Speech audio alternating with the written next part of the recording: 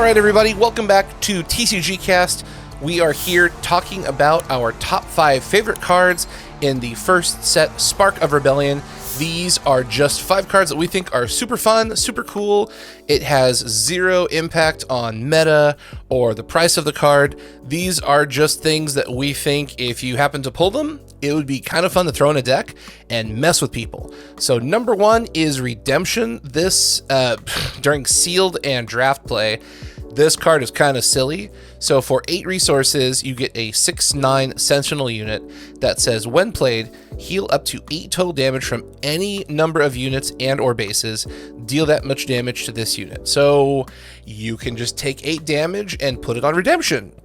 Or you can take 8 damage from units and or the base. I mean, Redemption is just kind of silly. If you get to turn where you have if you get to a turn where you have 8 resources, if you're playing with green, maybe you can play this a turn or 2 early. But at any point where you see 8 resources and someone playing hero blue, you have to pretend that they've got a Redemption in their hand, and being able to just siphon 8 damage off of the base is a lot. That can, stall a turn, that can win a game, and on top of that, this has Sentinel, so you have to attack into this before doing anything to space units, or if you have units on your side of the board in space, attacking the opponent's base. So Redemption is super fun, super annoying, and if you can play this back to back, where on 8 resources you play Redemption, on 9 resources you play Redemption and something else, you are just going to annoy so many people, and I think that's incredibly fun and pretty awesome. All right, next up we've got Vigilance. There's only one reason why this card is here. Discard 6 decks from an opponent's deck. I love playing mill. I want to build a mill deck, and this card has the potential to mill your opponent. Is it good? I don't know, probably not in terms of just milling. Like, you probably want to do heal 5 damage from a base and defeat a unit with 3 or less remaining HP. But I'm crazy, and I want to mill people, and I want to play 4 of these and discard 24 cards from your deck. So will it happen? Probably not. Is it super fun? Oh, it totally is. Should you do it? Probably not. But yeah, if you see a Vigilance, this is a fun card, regardless of what you do, which mode you pick, because 3 of these are good and 1 of these is kind of annoying. Next up is Rebel Assault. This is just a really good card. Attack with a rebel unit gets +1/+0, then attack with another rebel unit, it gets +1/+0. I can't tell you how many games of sealed or multiplayer I have seen ended with this card, because getting 2 attacks before your opponent can do anything is amazing. Getting an additional +1/+0 on both attacks can push you just far enough ahead to get the damage into the opponent's base and win the game. So this is just a fun uncommon that you really have to respect, because it costs 1, and being able to pay 1 and get 2 damage on top of the 2 bodies that attack is just gross. So this is an uncommon you're going to want to play if you're running Leia, if you're running green aggro.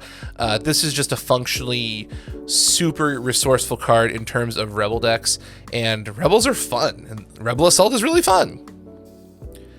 All right, Bombing Run. This is a card you want to play in multiplayer. You absolutely want to threaten people's ground or space arenas and tell them, hey, I've got a bombing run. If you do something I don't like, I will blow you up. This is a fun card in Constructed. It's a fun card in Sealed and Draft, but it's really, really, really powerful in Twin Suns.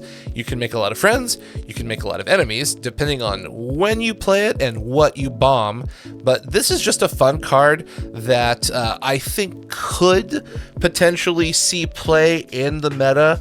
I don't know if it's going to see any prominent play, but it could find a way into a deck.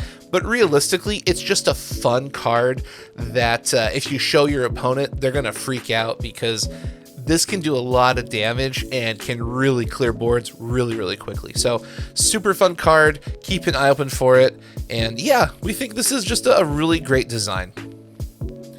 All right, last up is Leia Orana from the starter set. This is, oh my gosh, this is one of the most annoying cards ever printed in the game, because her ability is, when played, either ready a resource or exhaust a unit. You don't have to exhaust non-leader units, you can exhaust any unit, including that leader that just came into play, like Darth Vader, or Palpatine, or Boba Fett, or so many other names. Insert, ATST, Home 1. I mean, there's so many things that you could play with the hopes of, I'm going to do something amazing on the next turn.